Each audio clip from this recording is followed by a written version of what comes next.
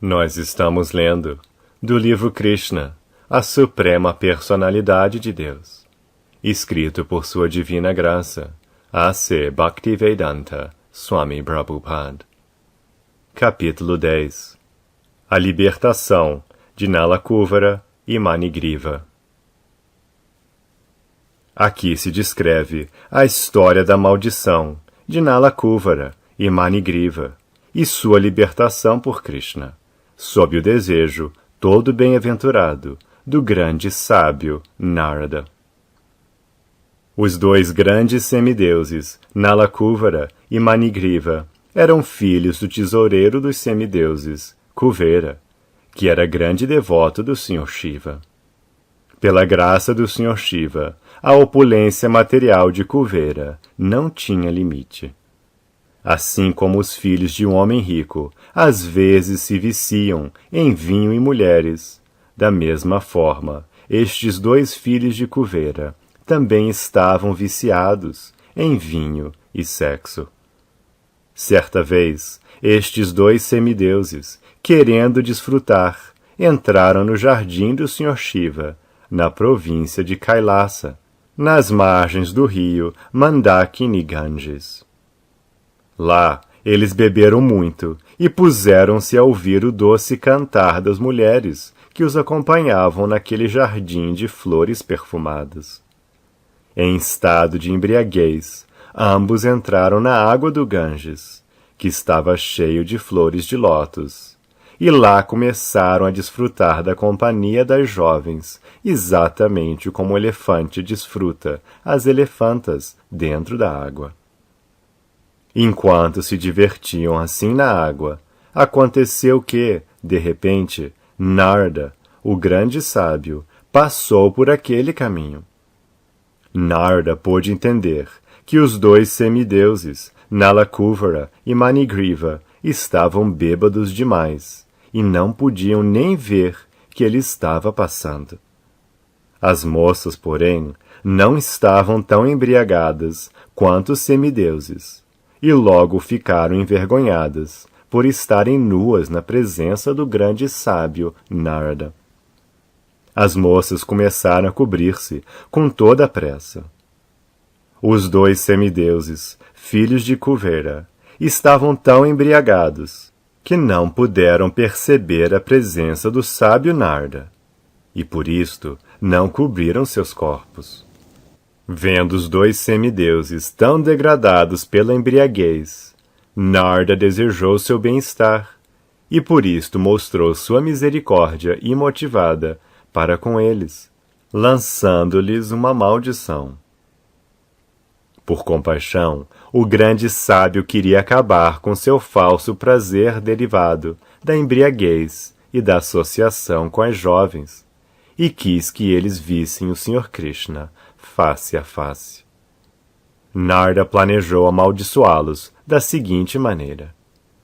Ele disse que a atração pelo gozo material deve-se ao aumento do modo da paixão. Uma pessoa no mundo material, quando favorecida pela opulência material da riqueza, em geral, se vicia em três coisas: bebida, sexo e jogatina. Homens materialmente opulentos, estando enfatuados com a acumulação da riqueza, também se tornam tão sem misericórdia que se dedicam a matar animais, abrindo matadouros, e acham que eles mesmos nunca morrerão. Tais pessoas tolas, esquecendo-se das leis da natureza, ficam demasiado enamoradas de seu corpo e esquecem que este corpo material, ainda que muito avançado em civilização, e mesmo estando na elevada posição dos semideuses, finalmente transforma-se em cinzas ou excrementos. Enquanto este corpo vive, seja qual for sua condição externa, dentro dele há só fezes, urina e várias espécies de vermes. Estando assim entregues ao ciúme e à violência contra outros corpos, os materialistas não podem entender a meta última da vida.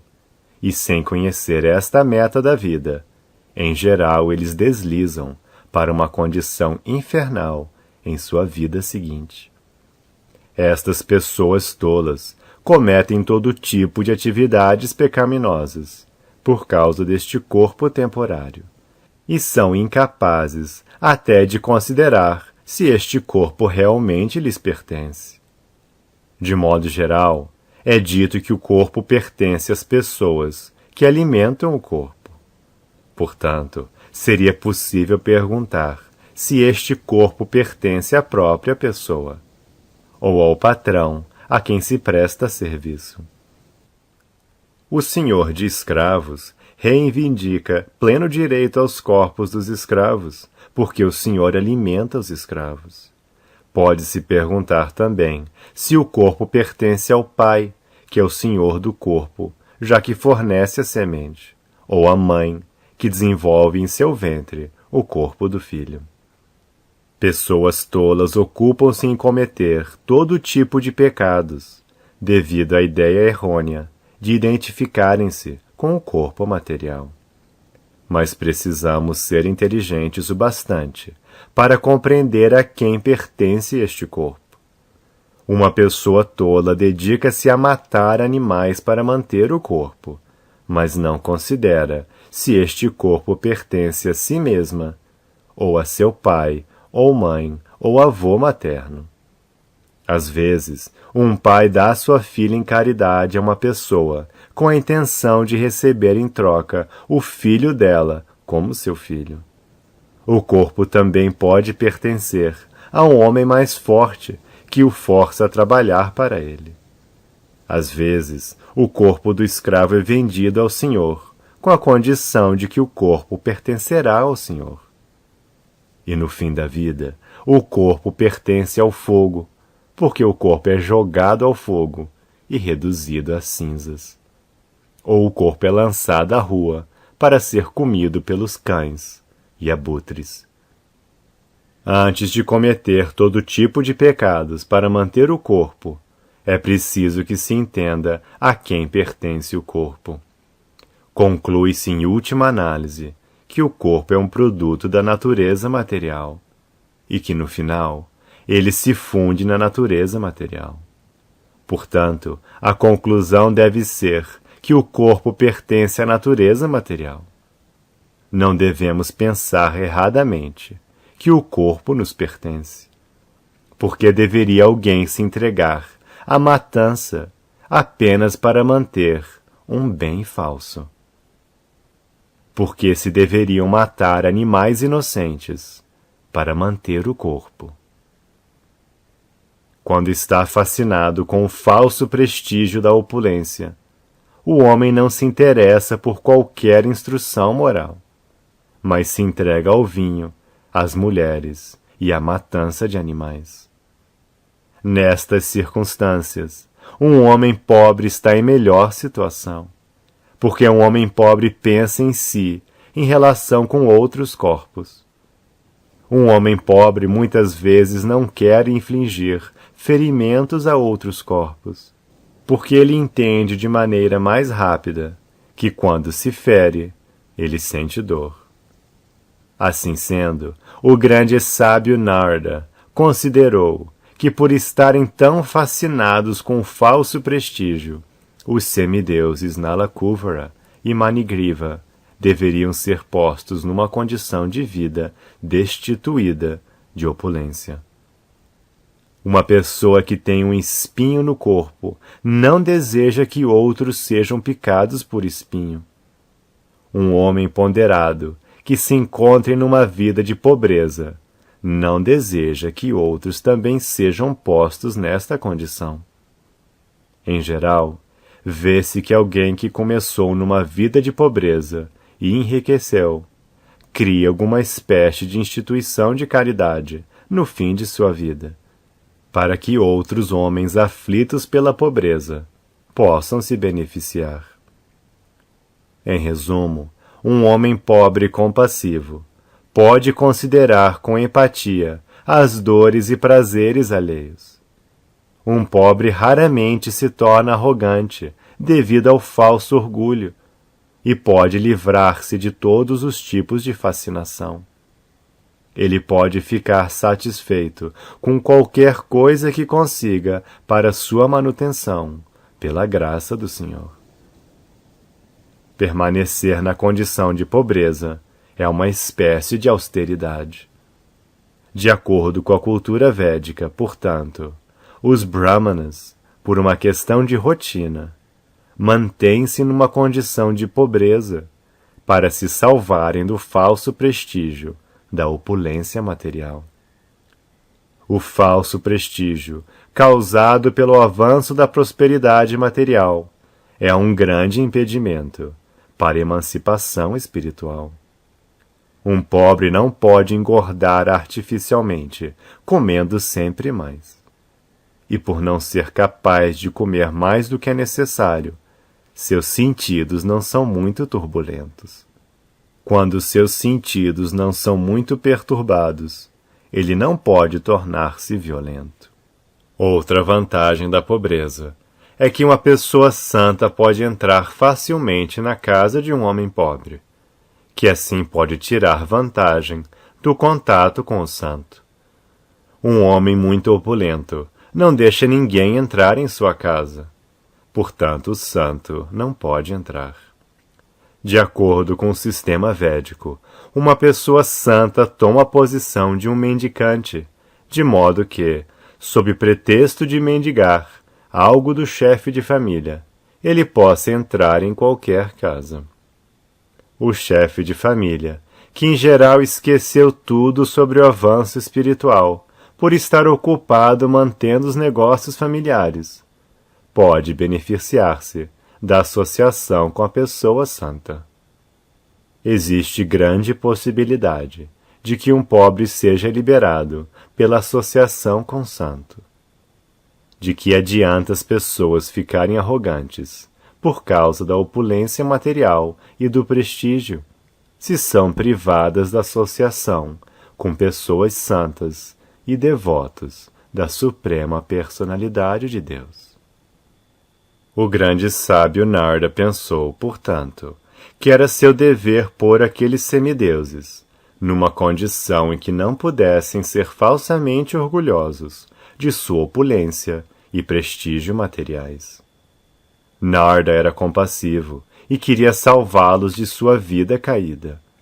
Eles estavam no modo da escuridão e, sendo, portanto, incapazes de controlar seus sentidos, eram viciados em vida sexual.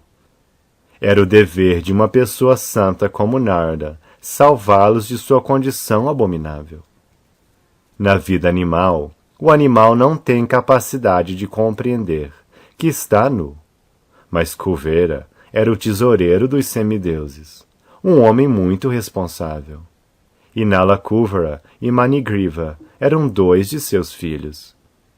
No entanto, eles se tornaram tão animalescos e irresponsáveis que, por causa da embriaguez, não podiam entender que estavam nus. Cobrir a parte de baixo do corpo é um princípio da civilização humana. E quando homens e mulheres se esquecem deste princípio, eles não são melhores que os animais. Narda, portanto, pensou que o melhor castigo para eles era torná-los entidades vivas inertes, ou árvores. As árvores são, pelas leis da natureza, inertes. Embora estejam cobertas pelo modo da ignorância, as árvores não podem fazer mal. O grande sábio Narda achou conveniente que, por sua misericórdia, os irmãos fossem punidos, tornando-se árvores, mas que continuassem a conservar sua memória, para poderem saber por que estavam sendo punidos. Depois de mudar de corpo, uma entidade viva geralmente esquece sua vida anterior, mas em casos especiais, ela pode lembrar-se, pela graça do Senhor, como aconteceu com Nala Kuvera e Manigriva. O sábio Narda, portanto, decidiu que os dois semideuses permanecessem durante 100 anos, do tempo dos semideuses, em forma de árvores. Depois disto, eles seriam tão afortunados que, pela misericórdia imotivada de Deus, veriam-no como a pessoa suprema, face a face. E então seriam promovidos outra vez à vida de semideuses e grandes devotos do Senhor. Depois disso, o grande sábio Narda regressou à sua morada, chamada Narayana Ashrama, e os dois semideuses foram transformados em árvores, conhecida como árvores gêmeas Arjuna. Os dois semideuses foram favorecidos pela misericórdia imotivada de Narda e receberam a oportunidade de crescer no quintal de Nanda e ver o Sr. Krishna face a face. Embora estivesse amarrado ao pilão de madeira, o menino Krishna começou a engatinhar em direção às árvores gêmeas, a fim de realizar a profecia de seu grande devoto Narda. O Sr. Krishna sabia que Narda era seu grande devoto e que as árvores que se erguiam diante dele, como duas árvores gêmeas Arjuna, eram de fato os filhos de Kuvera. Devo agora cumprir as palavras de meu grande devoto Narda, pensou. Então ele começou a avançar através do espaço entre as duas árvores.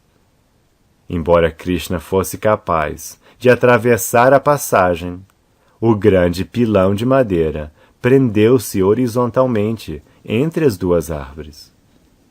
Aproveitando-se disso, o Sr. Krishna começou a puxar a corda amarrada ao pilão com muita força.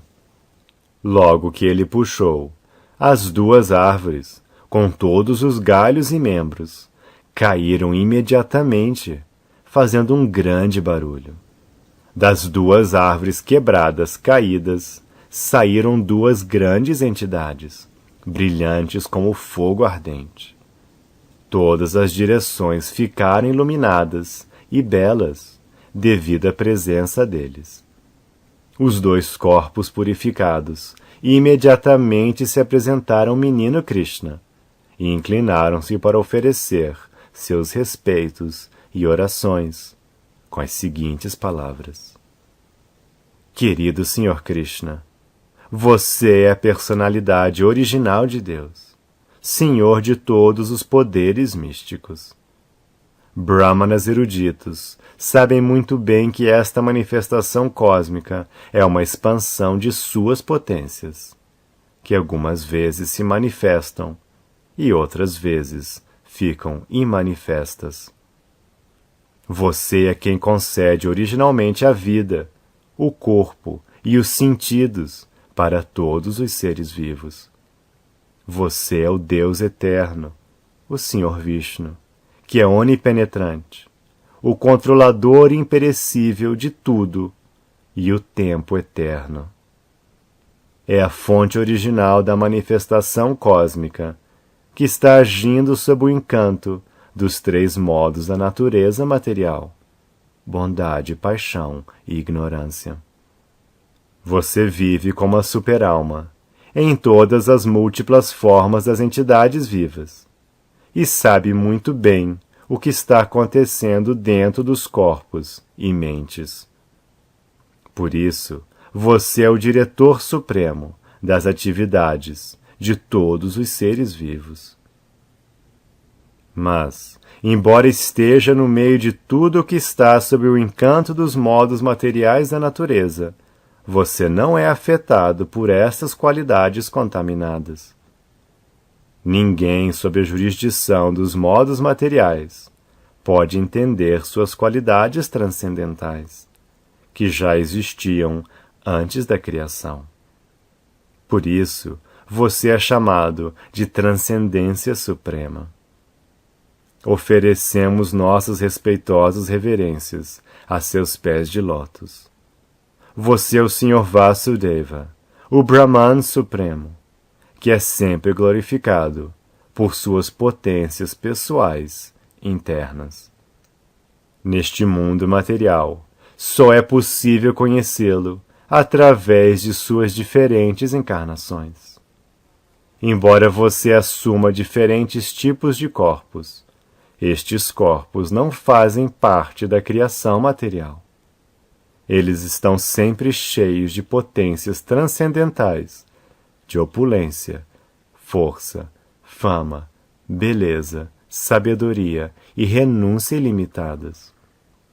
Na existência material, existe uma diferença entre o corpo e o dono do corpo. Mas porque você aparece em seu próprio corpo espiritual original, para você não existe tal diferença. Quando aparece, suas atividades incomuns indicam que você é a suprema personalidade de Deus. Estas atividades incomuns não são possíveis para qualquer um na existência material. Você é a suprema personalidade de Deus, que causa o nascimento e a morte, bem como a liberação, e está completo com todas as suas expansões plenárias. Você pode conceder a todos qualquer tipo de bênção. Ó Senhor, ó fonte de toda fortuna e bondade, oferecemos-lhe nossas respeitosas reverências. Você é a onipenetrante e suprema personalidade de Deus, a fonte suprema da paz e a pessoa suprema na dinastia do rei Ado. Ó Senhor, nosso pai chamado Kuvera, o semideus, é seu servo. Igualmente, o grande sábio Narda também é seu servo, e pela graça deles, pudemos vê-lo pessoalmente.